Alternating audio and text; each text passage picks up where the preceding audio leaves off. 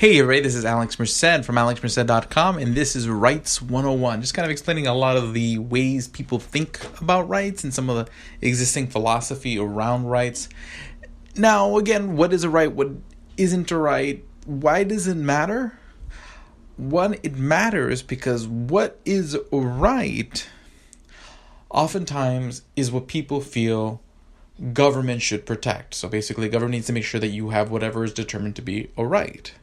But there's other psychological effects as well, in the sense that generally when something is a right, you feel entitled to it, versus when something is not a right, that means it's a privilege. So basically it's for example, eating a burger at McDonald's is a privilege, I don't have a right to eat a McDonald's burger. Then people are of the mindset that they need to earn it and work towards it and aim to do things in their life so that way they can have as many privileges as possible. So oftentimes when you call something a right, people do kind of sometimes take it for granted, and vice versa. When something is a privilege, they don't take it for granted because it's not assumed that they are meant to have it, so they're going to work towards it. It's just a psychological difference. There is a rhetorical difference. So there is an issue with just calling anything a right. But what is a right then? Now, from a philosophical framework, generally, if you take a look at the work of an Isaiah Berlin, rights fall into one of two categories. They're either a positive or a negative right. So if we call something a right, but it's something that is inherently something you can do, and by doing it, it imposes no positive obligation on anyone else, then that's a negative right. So, for example, the right to speak. So I can just talk. It doesn't require anybody else to do anything for me to talk. I can talk. People don't have to listen. People don't have to acknowledge me. People don't have to do anything. I have the right to free speech. So thus the right to free speech is a negative right. So by protecting negative rights, I'm imposing no obligation on anybody else. Things like that. Okay, so basically, I think that's probably the best example. The right to your body would be another example. So I can use my body, I can wave my arms, right to free exchange. Okay, me exchanging freely with other people doesn't obligate anyone to do anything. I'm just exchanging with somebody else that I want to exchange with, and the terms are between us. So these are things that are inherent in sort of us being an individual with autonomy, and this is why libertarians tend to lean towards, the only time we call anything a right is if it's a negative right. One, because you kind of already have it, so that whole idea that you need to kind of work towards it or whatnot, less important, but also practically, we don't believe in imposing obligations on others. Now, a positive right is a right that does, so if we call anything a right, so let's say we say you have a right to health care, well, that means their obligations have to be imposed on others. So basically, to make sure that you have health care, so that means, as a right, that means other people have to be responsible for providing it for you. So that could mean taxing them to pay for it. But what if you have all the tax money in the world, but you don't have enough doctors? Well, then you may have to force people to be doctors, okay? Because there's not enough doctors. So it creates this sort of interesting sort of subservience. The idea is that you're going to force other people to provide people with this thing because you want to call it a right. You want to say they're entitled to it, but there's a scarcity of it. There's an actual, resource constraint. So that requires you to compel the labor, the time, the wealth of others to provide this thing to the level that you can call it a right. So that's why kind of a lot of libertarians have issues with calling things like healthcare, education a right. Doesn't mean we don't think people should have healthcare or education, because it's a privilege worth having that benefits not just yourself but others. There's positive externalities in it. Cool.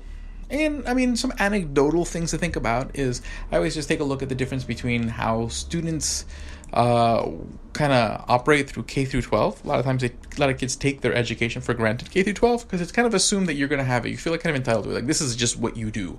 This is not something that's special, not something that you earned. But when you go to college, a lot of people will take their education a lot more seriously. Maybe not seriously as ideal, but still probably a lot more seriously than they took their K through 12 education, because it's no longer something they're just kind of entitled to do, that they have to do. That's just kind of something that's just there, that they're going to have no matter what. It's oftentimes something you have to take some steps to earn and make some sacrifice to attain. It's a privilege to get a college education. So people treat it differently. People work harder, they get more from it. And it's not only just affect the way you think about it, but also affects what you get out of it. You end up getting a lot more out of it because you work towards a lot about it. So same thing with sort of healthcare, in a sense. So if people realize that they're not entitled to good health, because healthcare is a means to an end. The real thing that people want, the privilege people want, is good health, and that's something you have to earn through your diet choices, your health choices. There's a lot of things that are in your control, and of course some things that are out of your control that are going to affect your health.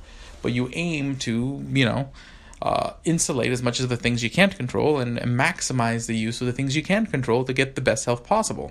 And that's going to affect your health care costs and needs and demands. But if you feel like healthcare is a right and you are entitled to it, and again, I'm not talking about whether people should have healthcare. I think people should. People should be able to get care. Again, how do you make that happen? It's a different question. Again, people make different choices. And we can get into sort of the rabbit hole of, how do people deal with this? Then what happens that because when you call something a right, it affects the psychological aspect of it, and government's sort of managing the cost of it, they end up getting more and more into regulating your day-to-day sort of behavioral stuff, whether you can smoke, whether you can eat unhealthy foods, things like this, because now they have a cost that they have to deal with, and you're less likely to make psychologically a better choice because cognitively the distinction between privilege and right has been distorted. So that's some sort of the more consequential reasons for why the right versus privilege distinction matters. But also people like to debate where rights come from. Are rights, there's the idea of like deontological rights, where there's like certain things are rights and they're absolute rights and they're given to you either by just sort of the nature of you being an individual and it's just inherent, or by like a higher power. And there's people who look at rights from a utilitarian level in the sense that a good rights framework is going to make people live together better. And that's the value of a rights framework, of basically making society work better, because rights really don't matter if you're one person. Like if you're a person on an island, property rights doesn't matter, because the only reason you care about, okay, this is a right, this is a privilege, is because you have to interact with other people and there might be disagreements about something, a dispute, and you need sort of a framework of thinking about how society works and what society's obligations and what's not their obligation in order to think through those disputes. So that's why a rights framework is important, why all these things are important because of society. So utilitarian would focus mainly on, does this framework achieve what I think is sort of the ideal of this? While someone who's more of a deontological natural rights kind of person is like, this is the way it works, period. This is the rights framework. Consequences don't matter because this is morally right. And you can come to a libertarian sort of thinking of rights in either way. But these are just sort of the different ways people think about these things.